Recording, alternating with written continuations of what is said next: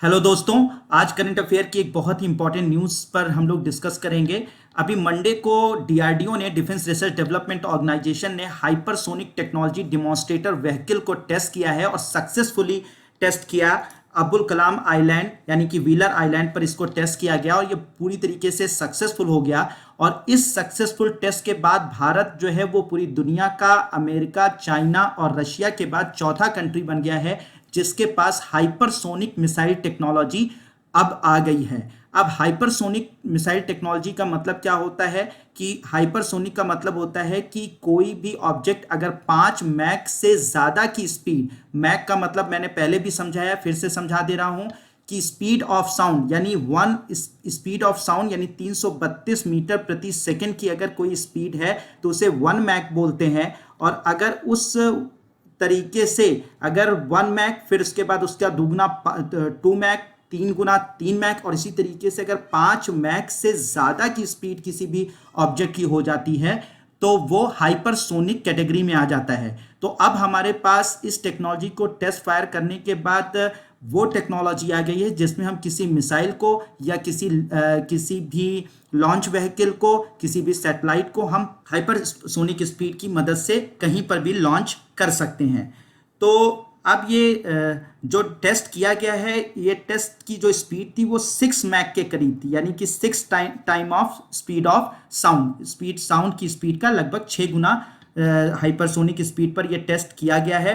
और इंडिया जो है वो रिपोर्टली ये माना जा रहा है कि नेक्स्ट 5 ईयर्स में, अगले 5 सालों में हाइपरसोनिक मिसाइल्स को बना लेगा। अच्छा, इसके अंदर जो इंजन यूज किया गया है वो स्क्रैमजेट इंजन यूज किया गया है। ये भी मैं पहले के वीडियोस में बता चुका हूं, फिर से मैं आपको बता देता हूं कि स्क्रैमजेट इंजन जो होता है वो अपने साथ हाइड्रोजन फ्यूल यानी लिक्विड हाइड्रोजन अपने साथ ले जाता है, लेकिन इसको जलाने के लिए ऑक्सीजन को अपने साथ कैरी नहीं करता, बल्कि एटमॉस्फेरिक ऑक्सीजन को लिक्विड में बदलकर हाइड्रोजन फ्यूल को जलाने का काम करता है। तो ऐसी जो इंजन होते हैं उनको रैमजेट इंजन और स्क्रैमजेट इंजन बोलते हैं।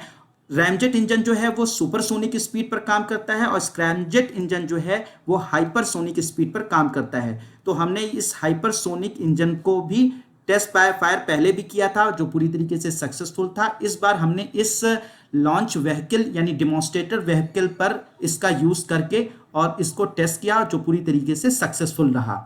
अब जरा देख लेते हैं कि HSTDV के फायदे क्या होंगे। HSTDV के फायदे ये होंगे कि इससे लॉन्ग रेंज क्रूज मिसाइल्स बनाने में हमें मदद मिलेगी। Hypersonic long range cruise missiles बनेंगी, यानी वो क्रूज मिसाइल जो कि हाइपरसोनिक स्पीड से लॉन्च होंगी तो उसे बनाने में मदद मिलेगी। इसके अलावा सिविलियन इसका यूज क्या हो सकता है। अब हम लोग हाई स्पीड पर, लो कॉस्ट पर हम क्या कर सकते हैं कि सैटेलाइट्स को लो अर्थ ऑर्बिट में भेज सकते हैं। इसके अलावा हाइपरसोनिक न्यूक्लियर मिसाइल हम बना सकते हैं। हाइपरसोनिक न्यूक्लियर मिसाइल इस तरीके से तेज होंगी, इतनी स्पीड होगी उनकी कि उनकी स्पीड लगभग 3800 माइल के करीब होगी, यानी लगभग 6115 किलोमीटर पर घंटे की रफ्तार से ये कहीं पर भी न्यूक्लियर वॉरहेड को यानी कि न्यूक्लियर बॉम्ब्स को या फिर कन्वेंशनल वॉरहेड को भेज सकती हैं, यानी वहां पर हमला कर सकती हैं। इसके अलावा एंटी सैटेलाइट मिसाइल्स भी बनाई जा सकेंगी हाइपरसोनिक, यानी कि कोई भी सैटेलाइट अगर हम पर नजर रख रहा है, दुश्मन का सैटेलाइट अगर हमारे देश पर नजर रख रहा है